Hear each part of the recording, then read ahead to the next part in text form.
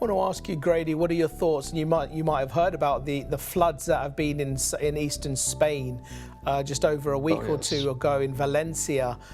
Still, so many people are missing, and it's just absolute tragedy of what's happened there. The whole city and the towns have been wiped out pretty much with the floods. What do you make out of all of that? What do you think is the cause? Totally natural. I don't mean to cry on the shoulder about what's happened to us versus what's happened in Spain. What has happened in Spain is terrible, and yes, I'm well aware of it. But of course, we had a couple of hurricanes this year that did tremendous damage in the United States, and my wife and I and our daughter and her family were all involved with these.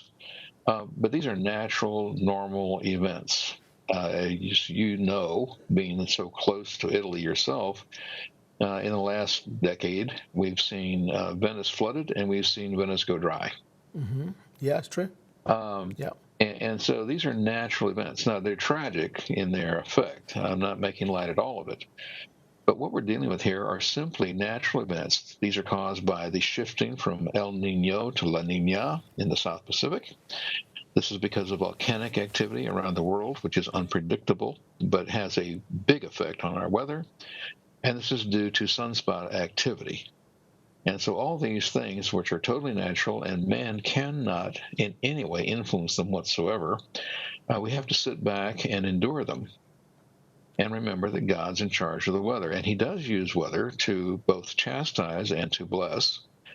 But whether that's what he's doing or not, these are natural events. You've explained about the volcanic activity and that can affect the weather. Can you explain a little bit more? How does that work? Well, I can do that fairly quickly.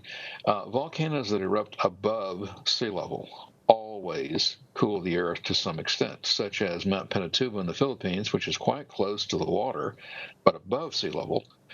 In 1 year, dropped the air temperature of the earth by 0.7 of a degree Celsius, 1.3 degrees Fahrenheit.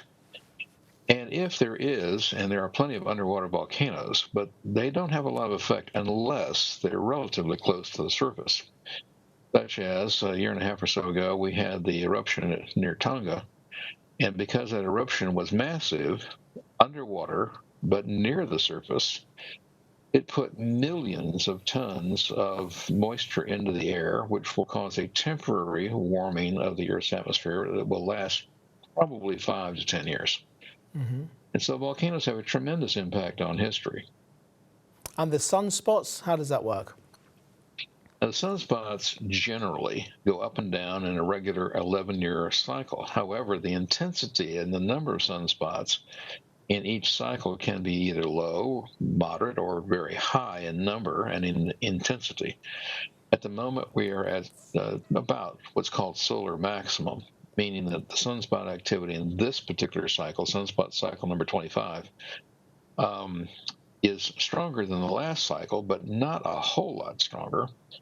But we've had cycles before that were far stronger. Now, what happens with sunspot activity is that as sunspot activity increases, there's a slight warming trend on the Earth, and when they decrease, there's a slight cooling trend. But this is not the kind of heating and cooling that causes week-to-week weather changes or month-to-month weather changes. These are long-term things, spread out over, again, roughly 11 years of increase, decrease, but they do contribute to things like volcanic activity, or the shifting, again, of the El Nino, La Nina in the South Pacific. And all of these things are interacting. There's so many variables in weather and in general climate that you can't program them as much as we try. And so our models get better, but our models will never get perfect.